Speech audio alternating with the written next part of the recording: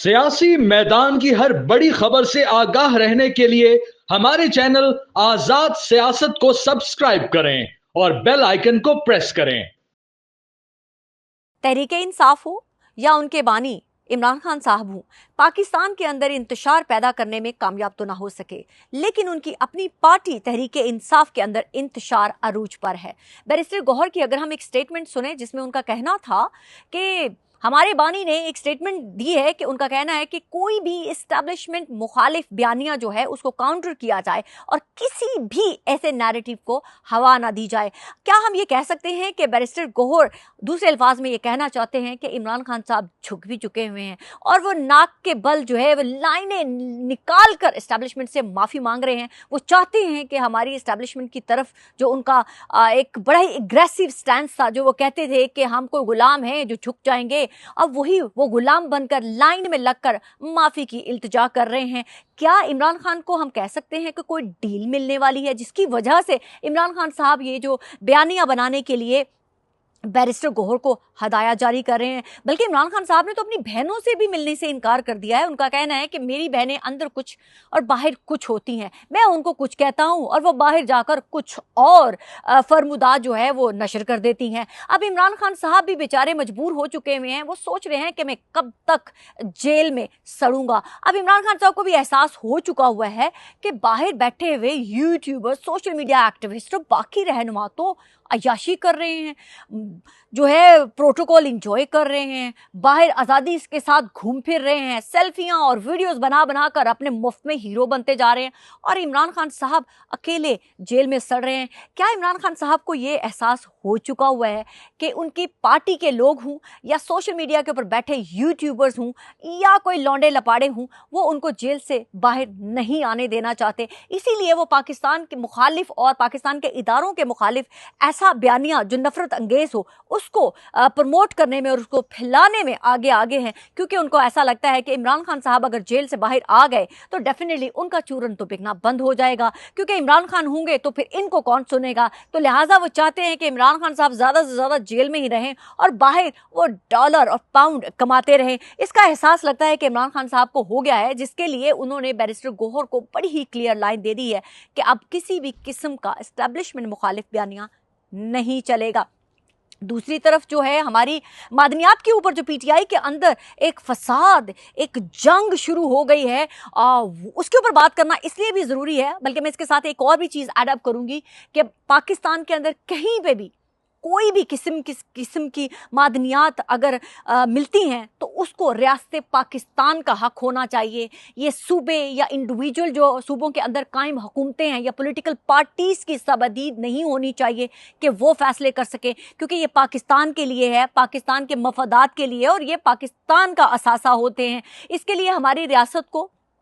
हुकूमत पाकिस्तान को एक ऐसी पॉलिसी बनानी पड़ेगी कि वहाँ पर ये कोई इंडिविजुअल सूबा जो है वो उसका राइट कह के ये ना कह सके कि ये हमारे सूबे में ये चीज़ जो है हुई है और हम ही हकदार हैं। मेरे ख्याल से हमारी रियासत पाकिस्तान उसकी मालिक होती है, चाहे वो पूरे पाकिस्तान के अंदर से कहीं भी किसी भी चीज़ का जो है वो मादनियात जो है ईजाद हो या वहाँ से कुछ निकल आए कुदरती तौर पर, तो उसकी ओनली वन पाकिस्तान की रियासत मालिक होनी चाहिए। इंडिविजुअल हुकूमतें या इंडिविजुअल सूबे उसके मालिक नहीं होने चाहिए। अगर आप पूरी दुनिया में देखते हैं तो कहीं पे भी किसी भी रियासत में कोई ऐसी चीज़ मादनियात की सूरत में निकलती है तो वहाँ की हुकूमत ही मालिक नहीं होती, वहाँ की रियासत वहाँ की मालिक होती है उस जगह की। तो वहाँ पर सूबों में या किसी भी स्टेट में जो कोई भी हुकूमत हो वो उनके लॉज उनके ऊपर इम्प्लीमेंट नहीं होते हैं, बल्कि वहाँ के मुल्क का जो कानून होता है वो वहाँ पर इम्प्लीमेंट किया जाता है। तो रियासत पाकिस्तान को भी चाहिए कि ये जो सियासतदानों ने बंदर बांट की होती है, जो हमारी मादनियात जिससे पाकिस्तान माला माल है, इसको सियासी लीडरान जो है अपनी क्या कहते हैं ग्लोरीफाई करने के लिए, अपने मफादात के लिए इनको यूज़ भी करते हैं और इनको डिस्ट्रॉय भी करते हैं। ऐसी चीज़ों को पाकिस्तान के हक में इस्तेमाल करने की बजाय अपने इंडिविजुअल मफादात के लिए इस्तेमाल करते हैं। तो रियासत पाकिस्तान को एक ऐसा कानून बनाना चाहिए कि चाहे मादनियात किसी भी सूबे में जो है वो मिले, या पाकिस्तान का कोई भी हुकूमत उस वक्त की हो, वह सिर्फ और सिर्फ वहाँ पर जो भी किसी इस किस्म का मादनी खजाना अगर निकलता है तो उसकी रियासत पाकिस्तान मालिक होनी चाहिए। वहाँ पर जो है कानून सिर्फ रियासत पाकिस्तान का चलना चाहिए। ये नहीं हो सकता कि अगर गैस जो है वो किसी एक सूबे में निकलती है तो सिर्फ उस सूबे के लोग मालिक होंगे, या अगर तेल किसी हमारे एक सूबे में निकला है तो उसी सूबे की हुकूमत उसकी मालिक होगी। ऐसा बिल्कुल नहीं होना चाहिए। पाकिस्तान पाकिस्तानियों का है और पाकिस्तान के अंदर मौजूद तमाम मादनियात का मालिक भी सिर्फ और सिर्फ पाकिस्तान होगा और पाकिस्तान की रियासत उसकी मालिक होगी। तो ये हमारी रियासत को, हमारी पाकिस्तान की हुकूमत को बड़ा ही क्लियर करना पड़ेगा और ऐसा लॉ पास करना पड़ेगा कि क्योंकि पूरा पाकिस्तान हमारा है। अगर वो एक अलग सूबे में किसी एक पार्टी की हुकूमत है या किसी दूसरे की, या वफाक में किसी और की हुकूमत है, तो ये सूबे फिर रुकावटें पैदा करते हैं पाकिस्तान के लिए, पाकिस्तान की रियासत के लिए। तो जब पॉलिसी एक होगी कि चाहे कहाँ पे भी, कहीं पे भी कोई भी चीज़ जो है वो कुदरती मादनियात की सूरत में होती है या निकलती है, तो उसका मालिक सिर्फ और सिर्फ रियासत पाकिस्तान होना चाहिए। उस वक्त की जो हुकूमत हो वही उसको आगे लेके चले और रियासत पाकिस्तान की पॉलिसीज़ के मुताबिक उसके ऊपर अमल होना चाहिए। तो ये जो तहरीक इंसाफ की लड़ाई हो रही है मादनियात के ऊपर, वो एक्चुअली में वो मालो दौलत की लस्ट है और जिसके ऊपर लड़ाई चल रही है। हमें भी पता है कि पाकिस्तान के अंदर कितने कीमती पत्थर हों, पाकिस्तान के अंदर तेल हो, पाकिस्तान के अंदर जो हमारा नमक है, हिमालय नमक, अगर आप लोग पाकिस्तानियों को नहीं पता, हमें पता है। यहाँ हम जाते हैं तो एक छोटा सा नमक का डिब्बा जो होता था हिमालय का, हमारे पाकिस्तान का है, लेकिन पैकिंग उसकी किसी और मुल्क में हुई हुई है। कीमती जो असासा है पाकिस्तान का, कौड़ियों के भाव जो चंद रुपयों की खातिर बेच दिया जाता है और वो बाहर ममालिक में जाता है, वहाँ पर पैक होता है और वो मैं कहती हूँ लाखों पाउंड्स की सूरत में, मिलियंस की सूरत में जो है वो दूसरे ममालिक उससे फ़ायदा उठाते हैं। तो पाकिस्तान को, पाकिस्तान की रियासत को सोचना होगा कि ये जो फ़र्ज़ी बटेरे, वक्ती बटेरे होते हैं जो अपने मफादात की खातिर जो है रियासत पाकिस्तान को आगे नहीं बढ़ने देना चाहते, इनको एक साइड पे करना होगा। रियासत पाकिस्तान को अपना कानून बनाना होगा, अपनी पॉलिसीज़ बनानी होगी कि वो किसी भी सूबे की वजह से उसके ऊपर असरअंदाज ना हो सके, क्योंकि हमने अल्टीमेटली सब ने पाकिस्तान को आगे लेकर जाना है। अब दूसरी तरफ अगर हम देखें कि इमरान खान साहब जो हैं उनके यूट्यूबर्स के दरमियान जिस तरह से लड़ाइयाँ चल रही हैं, अभी 9 अप्रैल गुजरा है, अब बरसी गुजरी है। मैंने तो सोचा था कि कोई होगा, कोई बड़ा सारा उर्स होगा जिसमें कोई लाखों की तादाद में जो यूट्यूबर सड़कों पर निकल आएंगे, इनकलाबी जो है वो इमरानी लौंडे लौंडियां जो है वो सड़कों पर धमाल करते हुए नजर आएंगे, क्योंकि उर्स मनाया जाएगा। क्योंकि 9 अप्रैल को तो रेड लाइन थी जो मिटा दी गई थी, तो सोचा था कि शायद कुछ तो एहतजाज करके कुछ तो बरम रखेंगे, लेकिन मरते क्या ना करते एक लौंडा या एक लौंडी सड़क पर नजर नहीं आए, बल्कि मुझे कोई भंगी भी नजर नहीं आया, कोई गलती से ही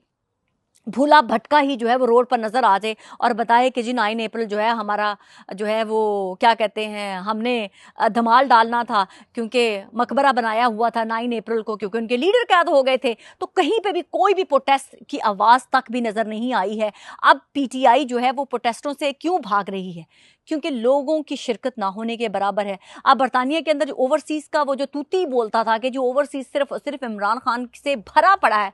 वो आप ढूंढे से भी आपको ओवरसीज पाकिस्तानी नजर नहीं आता जो कह सके कि हम इमरान खान के लिए सड़कों पे निकलना चाहते हैं। अब चंद लौंडे लपाड़े या लौंडियां रह गई हैं जो सोशल मीडिया पे अपने आप को लाइव रखने के लिए, अब जो यूट्यूबर्स पाकिस्तान से भागे हुए हैं वो यहाँ पर बैठे हुए लोगों के साथ मीटिंग्स कर रहे हैं, उनको पैसा दिया जा रहा है। अब मैं आपको ये खबर दे रही हूँ कि यहाँ पर बैठे हुए यूट्यूबर्स जो हैं इंडिविजुअल्स के साथ मुलाकातें कर रहे हैं। पीटीआई के जो ऑफिशियल्स हैं उनको इंडिविजुअल्स को ऑन बोर्ड लेकर उनकी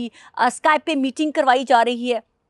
और जूम मीटिंग्स में उनको हदायत जाहिर की जा रही है और ये कहा जा रहा है कि हम ऑफिशियली आप लोगों के साथ नहीं होंगे, लेकिन बैक पे हम आप लोगों को भरपूर तरीके से सपोर्ट कर रहे होंगे और आप इंडिविजुअली जाएं और ये शो करवाएं कि ये ओवरसीज पाकिस्तानी जो है ये प्रोटेस्ट कर रहे हैं। इसके लिए पैसा लग रहा है, यूट्यूबर्स जो हैं उनको प्रमोट कर रहे हैं अपने सोशल मीडिया के ऊपर, जगह जगह जाकर बता रहे हैं और ये नाम देकर कहने की कोशिश की जा रही है कि पाकिस्तान की बहुत बड़ी तादाद जो है वो वहाँ पर निकल निकलकर जो है वो प्रोटेस्ट करेगी। 9 अप्रैल तो चला गया, कोई प्रोटेस्ट नहीं हुआ। अब 12 को भी देख लेते हैं कि क्या होता है। लेकिन बाय द वे मैं जाते जाते यहाँ पर ही इसी पॉडकास्ट के अंदर एक खबर देती जाती हूँ कि इस दिन 2 प्रोटेस्ट होने जा रहे हैं। एक प्रोटेस्ट जो कहा जा रहा है कि पैसे देकर मैनेज किया हुआ है और उनको जानबूझ के फोर्सफुली 10 डाउनिंग स्ट्रीट के बाहर भेजा जा रहा है, और एक चंक जो है वो किसी दूसरे मकाम पर जो है वो प्रोटेस्ट कर रहा होगा। और ये बताता है कि तहरीक-ए-इंसाफ सिर्फ पाकिस्तान में ही इंतशार का शिकार नहीं है, बरतानिया के अंदर 10,000 ग्रुप बन चुके हुए हैं तहरीक-ए-इंसाफ के, जो इंडिविजुअली अपनी एग्जिस्टेंस को बरकरार रखने के लिए जो है ये शोबदेबाजियाँ कर रही हैं। तहरीक-ए-इंसाफ जो है वो इस कदर नाकाम हो चुकी हुई है लोगों को इकट्ठा करने में कि अब वो सो कॉल्ड लोगों का सहारा लेकर के ओवरसीज़ पाकिस्तानी प्रोटेस्ट कर रहे हैं, इससे अपने मुंह पर कालक मल रही है। लेकिन आपको नजर आ जाएगा कि क्या हो रहा है और कैसे प्रोटेस्ट हो रहा है। जिस तरह से फ्लॉप प्रोटेस्ट के लिए एक दूसरे को काउंटर किया जा रहा है, हर बंदे को कहा जा रहा है कि आप 5-5 बंदे लेकर आएं। आप मुझे बता दें कि जब वक्त हर शख्स को ये कहने पर मजबूर कर दे कि आप 5-5 बंदे लेकर आ जाएं, और जब वो बंदे आए होंगे 10 डाउनिंग स्ट्रीट के बाहर मौजूद होंगे, तो हम आपको अपने कैमरे के थ्रू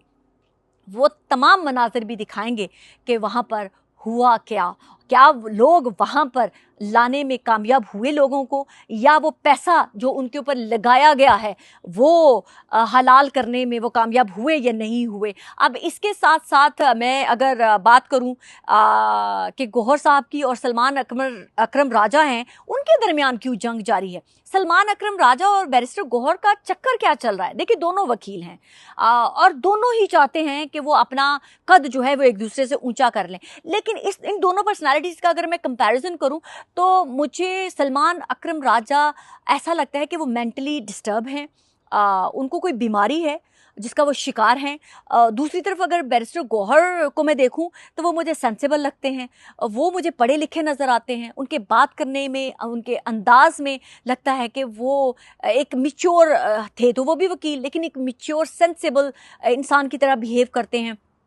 अब सलमान अकरम राजा के बारे में तो मशहूर है कि उन्होंने तो करोड़ों रुपए की फीसें ली हैं, लेकिन वो क्यों रोना रोते हैं कि पाकिस्तान के अंदर खून खराबा हो, पाकिस्तान के अंदर इंतशार हो? क्योंकि वो उस टोले को रिप्रेजेंट कर रहे हैं जो पाकिस्तान में इंतशार फैलाना चाहता है। ये उन यूट्यूबर्स को और उन सोशल मीडिया एक्टिविस्ट को रिप्रेजेंट करते हैं जो पाकिस्तान में इंतशार फैलाकर अपनी लाइक्स और आर्टीज और व्यूज़ के चक्कर में पैसा कमाना चाहते हैं। अब दूसरी तरफ जो है बैरिस्टर गौहर एक पढ़े लिखे इंसान हैं, वो चाहते हैं कि पाकिस्तान के अंदर सियासत हो और उनके जो लीडर हैं वो जेल से बाहर आ सके, जो कि नज़र आता है कि बैरिस्टर गौहर बहुत ही मैच्योरिटी के साथ चाहते हैं कि उनके लीडर जो है वो जेल से बाहर आए। लेकिन उनकी ज़ात के ऊपर बार बार हमला होना क्यों ऐसा बताता है कि तहरीक-ए-इंसाफ का एक बहुत बड़ा चंक नहीं चाहता है कि इमरान खान जेल से बाहर आए। अब इमरान खान की बहन हूँ या इमरान खान की बीवी हूँ, इनके भी 2 बहुत बड़े और तगड़े ग्रुप बन चुके हुए हैं, जो कि एक तरफ बुशरा बेगम की बहन ने